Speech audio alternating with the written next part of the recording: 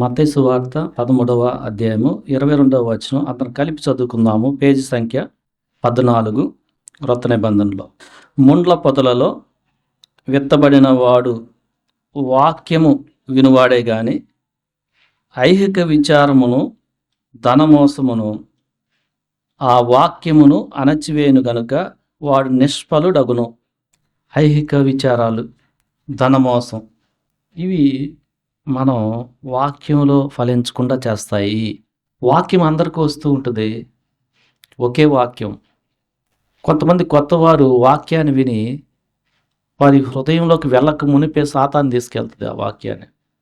అందుకని వారు రక్షణ తీర్మానం కూడా తీసుకోరు. కొంతమంది వాక్యాన్ని చాలా తొందరగా బాగుందని తీసుకుంటారు, తర్వాత వెనక్కి వెళ్ళిపోతారు. తర్వాత ఇప్పుడు మనం చదువుకున్న వాక్యంలో కొంతమంది వాక్యాన్ని వింటుంటారు, మళ్ళా ఈ జీవన సంబంధమైన ఐహిక విచారాలు, ఈ ధనమోసము ఇవన్నీ వస్తాయి. వాళ్ళు కూడా ఫలించరు. అది ఎవరు ఫలిస్తారనంటే వాక్యాన్ని చాలా సింపుల్గా మంచి మనసుతో తీసుకొని హృదయంలో భద్రపరుచుకొని ప్రభు కృపతో జాగ్రత్త పడే వాళ్ళు ఆ వాక్యంలో ఫలిస్తారు. ఒకరు 30 ఫలిస్తే ఇంకొకరు 60 అయితే ఇంకొకరు 100% ఫలిస్తారు. ఈరోజు మనం వాక్యము ఫలింపులో వెళ్తున్న ప్రయత్నంలో ఐహిక విచారాలు అనే మాటను ధ్యానం చేద్దాం. మొట్టమొదటిగా ఈ లోకంలో మీరు పుట్టిన తర్వాత ఐహిక విచారాలు మిమ్మల్ని రక్షణ పొందకుండా చేస్తాయి. చాలా జాగ్రత్తగా ఉండండి. యేసుప్రభు వారు లూకా సువార్త 14వ అధ్యాయంలో పరలోకానికి రాజ్య సువార్త గురించిన పిలుపుని ఒక మనుష్యుడు చేసిన గొప్ప విందుతో పోలుస్తూ 16వ వచనంలో ఆ విందుకి ఆ మనిషి పిలుస్తూ ఉన్నప్పుడు కొంతమంది ఇలా రెస్పాండ్ అయ్యారు. 18వ వచనం లూకా సువార్త 14వ అధ్యాయం 18. నేను ఒక పొలము కొన్నాను, అవశ్యంగా వెళ్ళి చూడవలని అన్నాడు.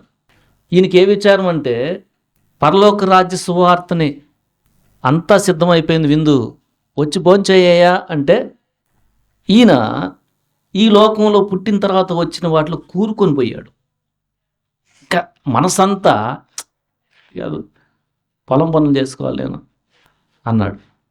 అంటే ఈ పొలము ఇవి ఎప్పుడు వచ్చినాయి? పుట్టుకతో మనం దిగంబరులు. కానీ ఈ వ్యక్తి వేడిలో పడ్డాడంటే నన్ను క్షమించు, నేను రాలేను, ఎందుకంటే నేను పొలం పనులు చూసుకోవాలా. మిస్ అయిపోయాడు, రక్షణ మిస్ అయిపోయాడు.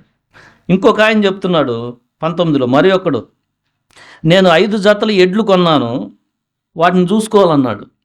అంటే ఈయనకి పని సంపాదించటం ఈ లోకంలో పుట్టిన చాలా ప్రాముఖ్యత అయింది. 5 జతల ఎడ్లు కొన్నాను, నేను వాటిని చూసుకోవాలన్నాడు. ఆ తర్వాత ఇంకో ఆయన నేను కొత్తగా పెళ్లి చేసుకున్నాను, రాలేను. ఈయనకేం అడ్డొచ్చిందంటే నేను కొత్తగా పెళ్లి చేసుకున్నానయ్యా, నా భార్యను సంతోషపెట్టాలి, లేదా నా భర్తను సంతోషపెట్టాలి. ఈయన కూడా మిస్ అయ్యాడు. సో వీళ్ళందరికీ ఏం అడ్డొచ్చినాయి అంటే వీరు ముఖ్యమైన దాన్ని, వారి ఆత్మలకి రక్షణ లేకపోతే వారు నిత్యనాశనంలో ఉన్నారు అనే దాన్ని తెలుసుకోకుండా ఏం చేస్తున్నాయి అంటే వీళ్ళని ఐహిక విచారాలు. యేసుప్రభు వారి కాలంలో పొలము, ఎడ్లు, లేక గొర్రెలు, పెళ్ళిళ్ళు. ఈ కాలంలో నేను మొగ్గం వేసుకోవాలయా, లేకపోతే నేను జాబ్ చేసుకోవాలయా, చాలా బిజీ. ఇవే మన పరిస్థితులు. సో ఐహిక విచారాలు అంటే నువ్వు పుట్టిన తర్వాత ఇక్కడున్న వాటిలో ఎక్కువ కనెక్ట్ అయిపోయాయి అన్నమాట. ఆఫ్కోర్స్ పొలం చేసుకోవాలా, తక్కువ కనెక్ట్ అయ్యావనుకో ఎంతవరకు చేస్తావు, మళ్ళీ ప్రభువులోకి వస్తావు. ఆఫ్కోర్స్ నువ్వు ఎడ్లు కొనుక్కోవాలా, నువ్వు వాటికి ఎంత సమయం ఇచ్చి దేవునికి ఇవ్వాల్సిన సమయాన్ని మిస్ అవ్వవు. కానీ ఐక్య విచారాలు అంటే ఏంటంటే వాటిల్లోనే పడిపోతావు. ఆఫ్కోర్స్ నువ్వు చదువుకోవాలా, కానీ దాన్నే అనుకొని వెళ్ళిపోయావనుకో నీకు చదువు ఒక విచారం. చదువుకోవాలి, ఎందుకు, దాని పర్పస్ ఏంటి అని జాగ్రత్త చదువుకుంటూ దేవుడికి ఇవ్వాల్సిన సమయం దేవుడికి ఇస్తే ఆ విచారం లేనట్టు. జాబ్ చేసుకోవాలి నేను, కానీ ఇప్పుడు నాకు సమయం అయింది, నేను వాక్యం వినాలి అని నువ్వు ముందుకెళ్తుంటే నీవు జాబు ద్వారా పొందే ఐక్య విచారంలో లేనట్టు అనమాట. కానీ తెలియకపోతే కొంతమంది ఎలా అవుతారంటే ఐక్య విచారాల్లో కూరుకొని అట్లా. ఇక ఐక్య విచారాల్లో కూరుకొని పోయిన తర్వాత ఇక వారికి జీవపుడంబరం మొదలవుతుంది. బాగా జాబ్ చేసేవాడు ఏం చెప్తాడంటే, నేను ఇంత సంపాదిస్తున్నాను. ఇంకది ఎక్కడొచ్చింది? డీప్గా వెళ్ళాడు. బాగా చదువుకునేవాడు ఏం చెప్తాడంటే, నేను ఫస్ట్ రా. అంటే దేవుని దృష్టిలో రేపు నిత్యత్వానికి నీకు ఏది ఇంపార్టెంటో ఆ ప్రయత్నంలో నువ్వు వీటిలో పడ్డావంటే నిత్యమైన వాటిలో ఫలించే దాంట్లో నిష్ఫలుడు అయిపోతావు.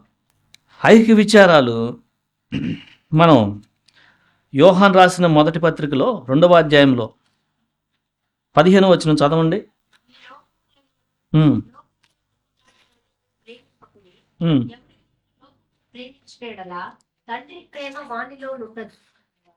సో ఇప్పుడు లోకంలో ఉన్న దేన్ని ప్రేమించినా అది నీకు ఒక ఐక్య విచారం లాగా అవుతుంది. లోకంలో ఉన్న దేన్నైనా కానీ కొన్నిసార్లు మనం జాగ్రత్త లేకపోతే టూ మచ్గా డీప్గా దాంట్లో వెళ్ళిపోతాం, ఐక్య విచారంలో పడిపోతాం. దేవుని విషయాన్ని గురించి ఏంటబ్బా నేను ఎదగట్లేదు అనే బాధ కంటే కూడా మనకేం డెవలప్ అవుతాయి అంటే, ఏంటిది వాడెట్లా, నా కొడుకు ఎట్లా బాగుపడేది, లేకపోతే ఇది ఎట్లా అని ఒక రకమైన విచారంలోకి వెళ్ళిపోతాం. చాలా ప్రమాదం. సో రక్షణ పొందిన తర్వాత మీరు చదివిన దేవుని వాక్యం, ఈ లోకంలో ఉన్న వాటిని ఎక్కువగా ప్రేమిస్తే అవి మీకు విచారంగా తయారవుతాయి. అయితే ప్రభువును బట్టి మీరు ముందుకెళ్తే ఎంత బ్యాలెన్స్లో ఉండాలి అనేది తెలుస్తుంది. సో ఐక్య విచారాలు ఎక్కువైతే ఈ లోకంలో ఉన్నాయి కొంతకాలానికి కొన్ని వెళ్ళిపోతాయి.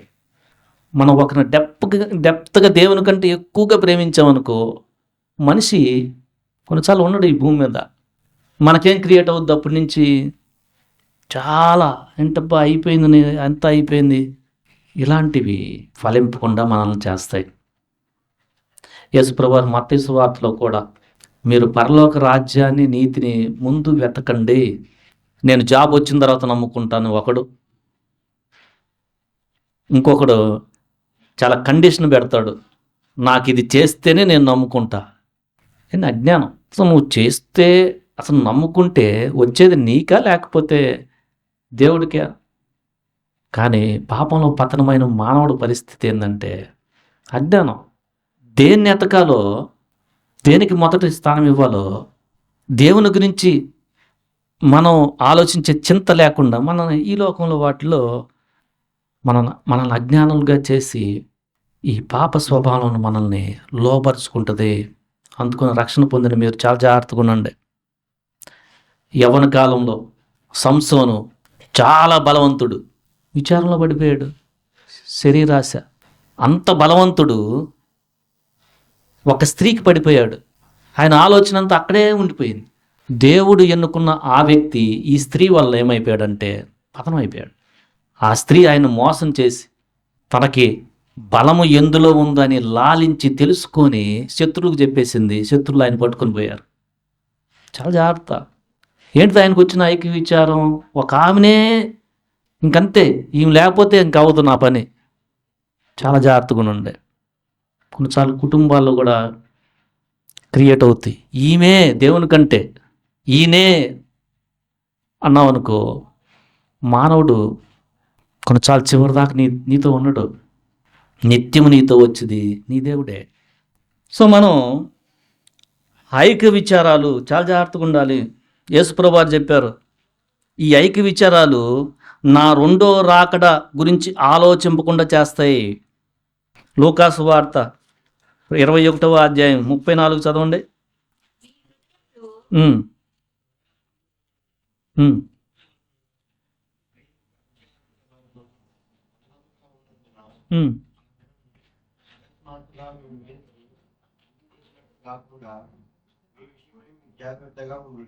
యేసుప్రభు వారు చెప్పారు, మీ హృదయములు ఐక్య విచారం వలన మందమైపోతాయి. విచారం ఎక్కువ ఉండటం వల్ల ఈ మాట ఎక్కదు.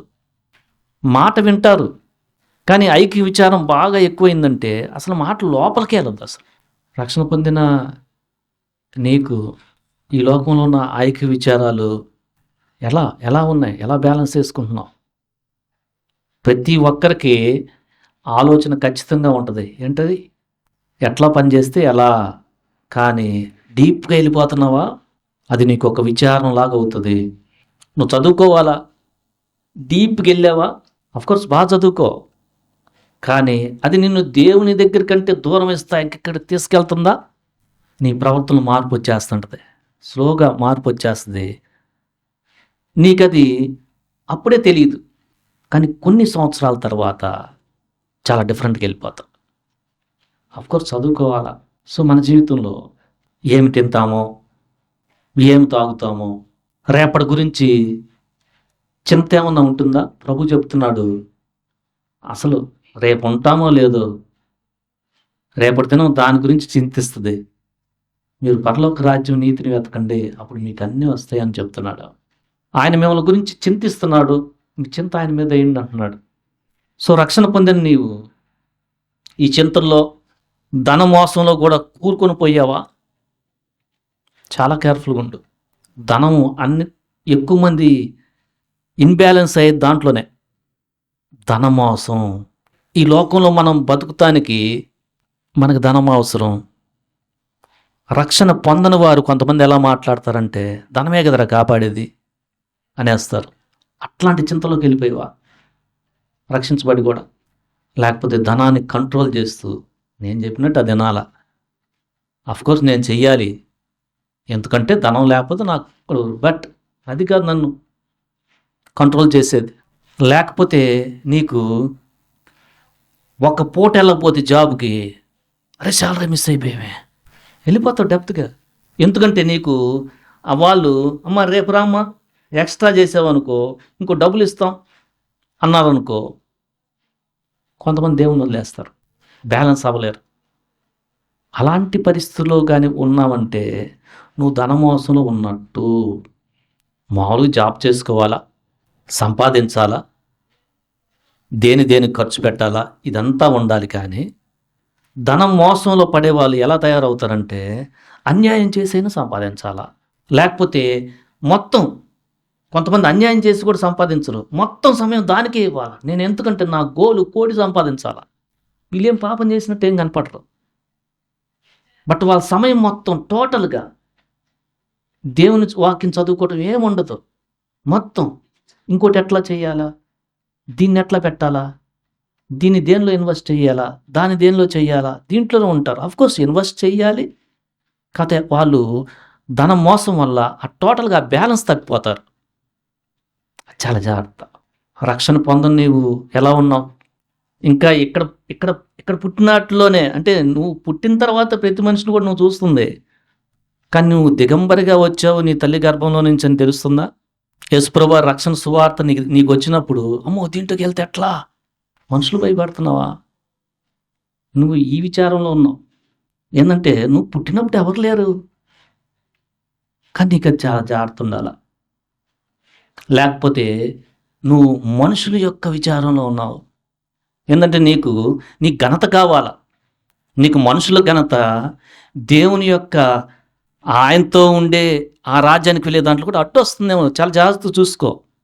ఈ విచారంలో ఉంటే అసలు నువ్వు రక్షణే పొందుకో. ముందు నేను నమ్ముకుంటే దాంట్లోకి వెళ్ళారంటారు అబ్బాయి అనుకుంటున్నావా?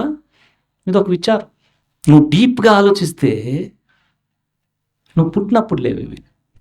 కొంతమంది మనుషులు ఒక్కో ఏజ్లోనే మనకి పరిచయం అవుతారు. యవ్వన కాలంలో ఎవరన్నా నీకు పరిచయం అయ్యారా బాగా, స్త్రీ కానీ పురుషుడా? అది నువ్వు అంతకుముందు 15 సంవత్సరాలు ఎవరు లేరు. చాలా జాగ్రత్తగా ఉండు. ఇంకా ఆమె అంటున్నావు అనుకో, కేర్ఫుల్, విచారణలో పడిపోతున్నట్టు లెక్క. దేవుడిని నేను కోరుకుంటున్నాడంటే, నిన్ను నా స్వరూపంలో చేసుకున్నాను, నువ్వు నన్ను తెలుసుకో, నన్ను ఎక్కువగా ప్రేమించు నువ్వు. అప్పుడు ఐక్య విచారాలు అనేవి పక్కకి వెళ్ళిపోతాయి. సో మనం బలలో పాలు పంపులు పొందుతున్నాం. ఈ ఐహిక విచారాలు దేవుని వాక్యాన్ని ఏమైనా దూరం చేస్తున్నాయా నీ హృదయంలో నుంచి? చాలా డీప్గా ఆలోచించాలా. కొంతమందికి 50% దూరం చేస్తాయి, అందుకని 50 ఫలిస్తారు. మొత్తం దూరం చెయ్యి, 50% చేస్తాయి అనమాట, అందుకని ఫలింపు మిగతా స్థానం 50 ఉంటుంది. కొంతమంది టోటల్గా కూరుకొని పోయి ఉంటారు, నిష్ఫలులు. నువ్వు వాక్యంలో ఫలించాలనంటే ఈ ఐక్య విచారాలు అనేది ఏంటంటే ఇవి టెంపరీ థింగ్స్. ఇవి టెంపరీ థింగ్స్ అంటే నువ్వు భూమి మీద ఉన్నంతసేపే ఉంటాయి ఇవి. మనం జాగ్రత్త పడాల్సిందే. ఎందుకబ్బా విచారపడుతున్నాను, బట్ మనం బలహీనంగా ఉన్నప్పుడు మళ్ళీ ఆలోచన వస్తుంది, ఏంటిది నాకు ఆరోగ్యం పోయింది, ఎంత అనారోగ్యం వచ్చేసింది, విచారం స్టార్ట్ అవుతుంది ఎవరికైనా. బట్ నువ్వు ఎంత కంట్రోల్, నేను ఎంత కంట్రోల్ దాంట్లో ఉంటున్నానో దాన్ని బట్టి మనము ఫలిస్తాము. ముఖ్యంగా రక్షణ లేని వారు చాలా జాగ్రత్తగా ఉండండి. పనిలోకి వెళ్ళే వాళ్ళు చాలా జాగ్రత్తగా ఉండండి. ఆ వ్యక్తి ఏమన్నాడు, నేను పనులు చేసుకోవాలయ్యా అన్నాడు. విడప్పుడల్లా చేసుకోవయ్యా, విందు రెడీ అయిపోయింది కదా, వచ్చి తింటమేగా. నేను దానికి కూడా పొలం పనులా? 6 రోజులు చేసుకో పని, 6 రోజులు ఉన్నాయి కదా చేసుకో. 7వ రోజు కొంచెం రెస్ట్ తీసుకో, విశ్రాంతిగా ఉండు, చాలా జాగ్రత్తగా ఉండు.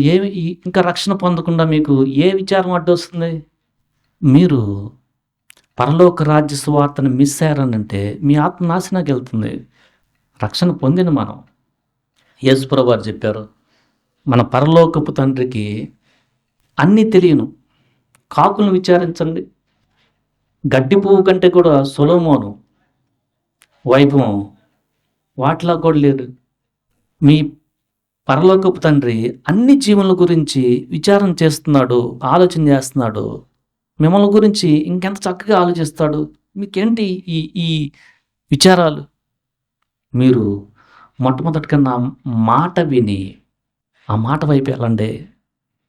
ఒకసారి ఆలోచన చేసుకుందాం. ఐహిక విచారాలు ఎలా అయినా క్రియేట్ అవుతాయి. మందిరంలో ఎక్కువ పని అయిపోయిందా, క్రియేట్ అవుతాయి. ఏ విధములైనా క్రియేట్ అవుతాయి ఒకదాన్ని డీప్గా ఆలోచన చేసినప్పుడు. అయితే మనం బ్యాలెన్స్లో ఆలోచన చేయాలా, ఎలా సంపాదించాలి, ఎంతవాటికి, ఇక్కడ రిలేషన్స్ ఎంతవాటికి ఆలోచన చేయాలి. మనం ప్రేమించాలా, దేవుని కంటే ఎక్కువ కాదు. విచారం అయిపోతుంది. ఈ ఐక్య విచారాలు ప్రభు చెప్పాడు, నేను వచ్చేటప్పుడు అసలు నా రాకడ గురించి ఆలోచిస్తానికి అసలు అర్థం కాదు. నేనేమైనా దొంగ వచ్చినట్లు ఆ రోజు సడన్గా వచ్చేస్తే మీరు ఇబ్బంది పడతారు. జాగ్రత్త చూసుకోండి. ఆ దినము దొంగ వచ్చినట్టు సడన్గా రాకుండా మీరు జాగ్రత్త పడండి, అప్పుడు మీరు ఎత్తబడతారు. ఐక్య విచారంలో డీప్గా వెళ్ళిపోయామనుకో మనకు ఓర్పు ఉండదు, ఓర్పులో ఫలించలేం. మనకు దేవుని యందు ఆనందం కూడా ఉండదు. పొద్దులు ఊకులు, ఏంటబ్బా ఇది, రక్షణ పొందే ఈ తర్వాత రక్షించబడిన తర్వాత ఇప్పుడు మీ లైఫ్ ఈ విచారాల్లో కూర్చుకుపోయిందనుకో, నేను రాలేనులే, మందిరానికి రాలేనులే, నువ్వే పో. మనం చాలా జాగ్రత్తగా ఉండాలి. ఇవన్నీ కూడా మనకి జాగ్రత్త లేకపోతే అంటుకుంటాయి. ఎప్పుడుండే ఇక్కడ ఉన్న రిలేషన్స్ కొన్నిసార్లు సడన్గా ఒకరినొకరు తిట్టుకున్నారనుకో, డీప్కి వెళ్ళిపోయింది అనుకో, ఏంటి ఇట్లా అన్నాడు, ఒక విచారం డెవలప్ అయిపోతుంది. ముఖ్యంగా ఏం తింటామా, రేపు ఎట్లా, ఏం తాగుతామా, ఏం ధరించుకుంటాం అనే దాంట్లో చాలా ఈ దేవుణ్ణి ఎరుగని వారు వీటిలన్నిటి గురించి కూడా ఆలోచన చేస్తారు. యేసుప్రభువు చెప్తున్నారు, మీరు చేయాల్సిన ఆలోచన ఏంటంటే నా రాజ్యాన్ని, నా నీతిని ఎతకండి. ప్రభు చెప్తున్నాడు, నావన్నీ నీవంటున్నాడు. నిత్యంగా ఎల్లప్పుడూ ఉండే వాటిని తండ్రి ఏం చెప్తున్నాడు, నాయన్నీ నీ తండ్రివన్నీ నాయి, నావన్నీ మీ అంటున్నాడు శిష్యుని. ఈ మాట గమనించావా? ఈ మాట గమనించినప్పుడు జాగ్రత్తగా నీకు వీటి మీద విచారం దక్కుతుంది. దాని మాటను నమ్ముతున్నావా, విశ్వాసం? లేకపోతే ఇక్కడ చూచిన వాటిని నిత్యములు అనుకొని వాటిలోనే విచారం పడుతున్నావా? చాలా జాగ్రత్త. ఆయన చెప్తున్న మాట ఏంటంటే, మీరు చింతపడకుండా ప్రార్థన విజ్ఞాపనలతో నా మీద ఉంచుండే, మీకు నెమ్మది వస్తుంది. వాటిని తట్టుకొని ముందుకెళ్తానికి నా కృప మీకు వస్తుందంటున్నాడు. ఒకసారి ఆలోచన చేద్దాం. రక్షణలో తొలి దినాల్లో దేవుని పట్ల ఉన్న ఆనందము ఈ సమయములో వేరేది దాని స్థానం తీసుకొని విచారంగా మారి నిన్ను దేవునికి దూరంగా చేస్తుందా? కోర్స్ పూర్తిగా చేయకపోవచ్చు, కొంచెం జాగ్రత్త పడు. మళ్ళా నువ్వు వెళ్ళిపోతావు దేవునిలో. జాబ్ చేస్తున్న నీవు జాబ్ ఇచ్చిన దేవుణ్ణి మర్చిపోతున్నావా? జాగ్రత్త పడు, మళ్ళా నువ్వు కట్టబడతావు. రాజ్య సువార్తని అంగీకరించిన రక్షణ లేని నీవు ఇంకా నేను చానాలు భూమి మీద బతుకుతాననే భ్రమలో ఉంటున్నావా? ఒకవైపు తెలుస్తూనే ఉంది, మనకు చాలామంది వెళ్ళిపోతున్నారు, కానీ ఇంకా ఏంది ఈ లోకంలో నేను ఇంకా కొంతమందికి నేను అన్నీ అయిపోయిన తర్వాత వస్తాను అంటాడు. విచారం. ఆయనకి ఏం విచారం అంటే నేను అంతా అయిపోయిన తర్వాత అప్పుడు వస్తానంటాడు. అలా ఉంటే కష్టం నువ్వు రాజ్య సువార్తని అందుకోవటం. జాగ్రత్తపడు. నువ్వు విచారంలో ఉన్నావు. నీకు ముఖ్యమైనది ఒకటే, ఫస్ట్ నీ ఆత్మని రక్షించుకోవటం నీకు ప్రధానం. కానీ ప్రభు చెప్తున్నాడు, విందు సిద్ధమైంది, నేను సమస్తము సిలువలో చేశాను, నువ్వు రిపెంట్ అవు, అంగీకరించు. నిన్ను సృష్టించింది నేనే, నేను తప్ప వేరే దేవుడు లేడు. దిగంతుని సృజించిన వాడు నేనే, నీ విమోచకుని నేనే. నువ్వు నన్ను ఫస్ట్ చూడు. ఈ భూమి మీద నీకు కావాల్సిన అవసరం ప్రతిదీ చేస్తాను, భయపడద్దు. నువ్వు ఇప్పుడు ఎవరి గురించి అన్నా భయపడుతున్నావా? భయపడద్దు, ఎందుకంటే వాళ్ళని సృజించింది కూడా నేనే. నువ్వు నన్ను నమ్మి ఈ పెండ్లి విందుని సువార్తనే రక్షణ గురించి వస్తున్న మాటను బాప్టిజం తీసుకో, అది చాలా నీకు మేలు. నువ్వు ఐక్య విచారంలో కూరుకుపోయావా? ఈ మాట నీకే వస్తుంది. నువ్వు ఈ మాట నమ్ము. అవన్నీ పక్కన పెట్టి వచ్చే ఆలోచనలన్నిటిని కూడా చాలా వస్తూ ఉండొచ్చు, పక్కన పెట్టు. నీకు కావాల్సిన ఆలోచన ఒకటే, నిన్ను సృజించింది నేనే నీ రూపంలో వచ్చి మానవునిగా నీ కొరకు నీ పాప క్రయధనాన్ని సిలువలో చెల్లించాను. నన్ను నమ్ము, భయపడవాక. నన్ను నమ్మితే ఏదో మొత్తం ఏమైపోద్ది, అబద్ధాలు చెప్పలేమే. కొంతమందికి అదొక విచారం. దేవుని దగ్గరికి వస్తే ఇంక ఎట్లా చాలా నీతిగా ఉండమంటాడే, అది ఇప్పుడు అనుకుంటున్నావు. కానీ నువ్వు నన్ను నమ్మిన తర్వాత నీకు అదే చాలా ఇంపుగా ఉంటుంది, అది నీకు తెలీదు. కానీ నీకు ఇప్పుడు ఉన్న విచారం ఏంది? అమ్మో, దేవుని నమ్ముకుంటే ఆదివారం మాంసం తినలేమే.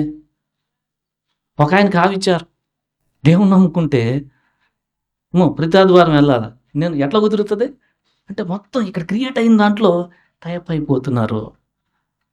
జాగ్రత్త, నువ్వు దేవుని నమ్మితే అలా ఏముండదు. ఆ విచారాన్ని పక్కన పెట్టి ప్రభుకు చెయ్యి. ఆయన నిన్ను మహాజర్రాసులు ఈ విచారాలతో కూడిపోయి నిన్ను కూడా బండ మీద నిలబెడతాడు, నీకు రక్షణ ఇస్తాడు. రక్షణ పొందిన మనము జాగ్రత్త పడదాం.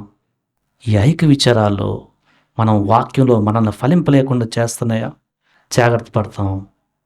మనం జాగ్రత్త పడితే ప్రతి ఒక్కరం కూడా 30 అంతలు 60 100 అంతలుగా ఆయనలో ఫలిస్తాము. దేవుడి మాటలు దీవించును కాక. ఆమేన్.